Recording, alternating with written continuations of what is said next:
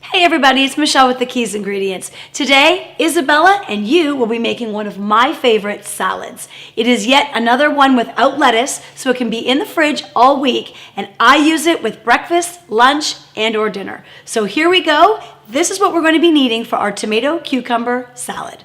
Isabella? You will need onion, tomato, cucumber, lemon, salt, and olive oil.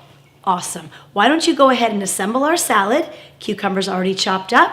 Go ahead and add the other ingredients. She's using baby tomatoes, which are delicious and sweet, and then some white onion. Usually we do use purple onion, but I was out, and I'm glad I was actually, because please don't not make a recipe because you're out of an ingredient. Do I need to squeeze this? We do. Squeeze that lemon on there. Use that, and I'll put the salt on for you, Isabella. That lemon gives it a very, very fresh taste. It's a hard lemon. We're going to drizzle our olive oil over. I'll let you do the honors of mixing that in. We'll be right back to accessorize this.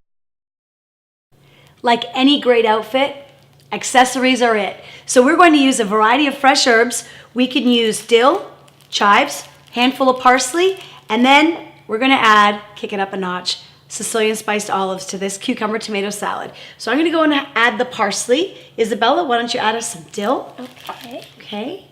The whole bowl. Whole thing? Oh yeah, all that flavor. Good job. And then I'm going to toss in these olives as well. Go ahead and stir that up. Alrighty. And just like that, guys, cucumber tomato salad is ready.